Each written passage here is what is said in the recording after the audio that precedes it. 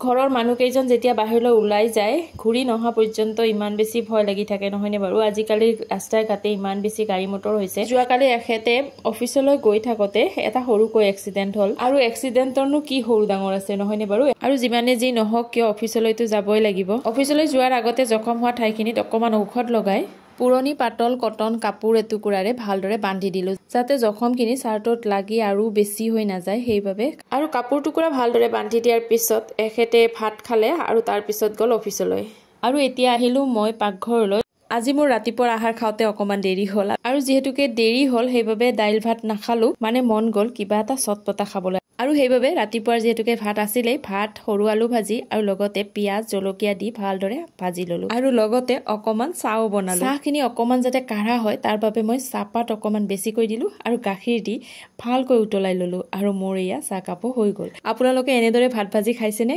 এনেকৈ ভাতখিনি ভাজি খালে একদম নুডল খোৱাৰ দৰে লাগে নুডলবোৰ যেহেতুকে ময়দাৰে বনোৱা শৰীৰৰ কাৰণে ইমান এটা ভাল নহয় গতিকে কেতিয়াবা এনেদৰে ভাত ভাজি খায়ও নুডল খোৱাৰ অনুভৱটো ল'ব পাৰি আৰু ব্ৰেকফাষ্ট কৰাৰ পিছত এইবাৰ লৈছো এই চাদৰখন উলিয়াই এই মেখেলা চাদৰ জৰত মই নিজে এটি ডিজাইন দিবলৈ ওলাইছো আৰু যেতিয়া মেখেলা চাদৰ জৰ সম্পূৰ্ণ হৈ উঠিব তেতিয়া আপোনালোকক মই ভালদৰে দেখুৱাম আৰু এই যে দুপৰীয়া সময়খিনি এইখিনি হৈছে মোৰ আটাইতকৈ প্ৰিয় সময় কাৰণ এইখিনি সময় মোৰ একেবাৰে নিজৰ সময় আৰু এই সময়খিনি মই নিজৰ ভাল লগা কামবোৰ কৰি কটাই দিওঁ আৰু আজি যেহেতুকে শনিবাৰ আজি যেহেতুকে 12টাতে স্কুল ছুটি হয় সেইভাবে মই সৰুজনী ছোৱালী এয়া আহিয়ে পালে আৰু তাইক দেখি অনুভৱ হৈছে তাই কিমান বেছি ভাগৰুৱা আৰু সেইভাবে তাই ফৰি হাত ধুই ফ্ৰেছ হৈ অহালৈকে মই বনালো নেমু টেঙাৰ চৰবত আৰু দুজনী একেলগে আমি খালো নেমু টেঙাৰ চৰবত এই দুপৰীয়াৰ এই সময়খিনিত চৰবত খাই যে ইমান বেছি মজা লাগে নহয় দেহাটো একেবাৰে হাত পৰি যায় আৰু এইবাৰ আহিলে মোৰ ডাঙৰজনী ছোৱালী আৰু তাইও আহিলে এইপিনে মোৰ ভাতৰ কুকাৰৰ চিটিও মাৰিলে মানে মোৰ দুপৰীয়াৰ ভাত সাজ একেবাৰে ৰেডি হৈ গ'ল আৰু ডাঙৰজনী ছোৱালীও গা পা ধুই একদম ফ্ৰেছ হৈ অহাৰ পিছত তিনিওজনীয়ে দুপৰীয়া আহাৰ গ্ৰহণ কৰিলো আৰু আজি দুপৰীয়া সাজত বিশেষ একো নাছিলে কাৰণ আজি যেহেতুকে শনিবাৰ একেবাৰে নিৰামিষ খাওঁ আৰু খাই লৈ এখেতে অকমান ৰেষ্ট ললে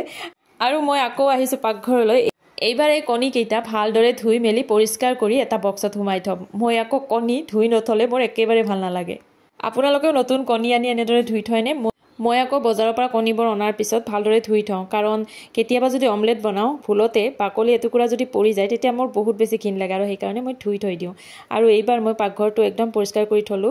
আৰু এইবাৰ শুকান কাপোৰবোৰ বাহিৰৰ পৰা লৈ আহি বিছনাতে থৈ দিলো সন্ধিয়া জাপিব লাগিব এইবাৰ আকৌ ওলালে সৰুজনী ছোৱালী টিউচনলৈ বুলি ছোৱালীজনী গ'ল টিউচনলৈ আৰু এইবাৰ আহিলে মিষ্টাৰ অফিচৰ পৰা আজি অকমান সোনকালে আহিছে এনে সন্ধিয়া লাগে কিন্তু আজি হেনো অফিচত অকমান কাম কম আছিলে সেইকাৰণে সোনকালে আহি পালে যি নহওক মই সোনকালে মানুহবোৰ আহি ঘৰ সোমালে মোৰ মনটো খুব বেছি ভাল লাগে এখেতে অফিচৰ পৰা আহি কিবা কিবি খোৱা লোৱা কৰাৰ পিছত এইবাৰ সৰুজনী ছোৱালীও টিউচনৰ পৰা আহি পালে আৰু এইপিনে চাওকচোন তিনিওজনে পুৰা কথাত মছগুল ময়ো সিহঁতৰ কথাকে শুনি আছিলোঁ অকমান সময়